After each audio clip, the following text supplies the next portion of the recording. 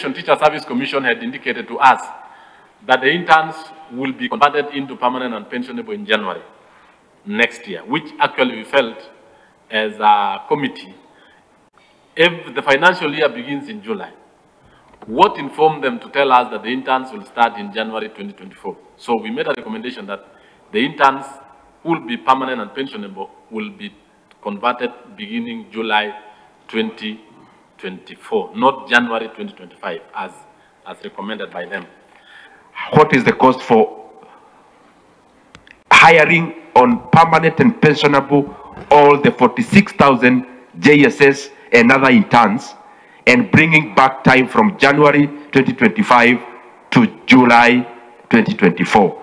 We would want you to give us the cost.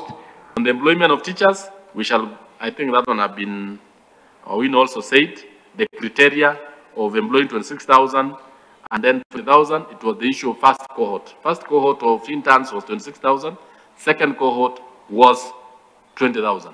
But in this case, I want to ask this committee that let's employ all of them for 6,000 and you provide money for that. Two, let's also not subject these interns to further interview.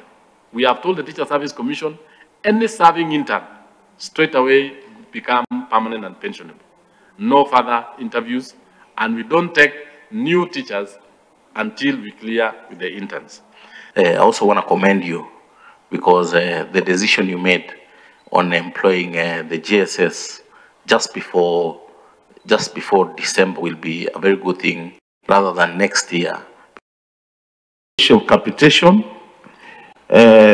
Capitation is a problem at all levels, all the way from primary school, secondary school, and it is a matter, Mr. Chairman, you need to help this country by ensuring that matters capitation are done in a very fair way and put into consideration the actual cost of maintaining a student in school. The school feeding, the balance is 3 billion, we require that. On the issue of floods, it is very dire, honorable members, and the supplementary budget, we requested 500 million because it is covering a duration of 1 month and for those schools. Statistics is now undertaking a national education census to ascertain how many students are in school. All this is to rationalize funding on capitation. One, you had indicated that you have areas, gray areas in secondary school infrastructure improvement. I really would like to know those gray areas.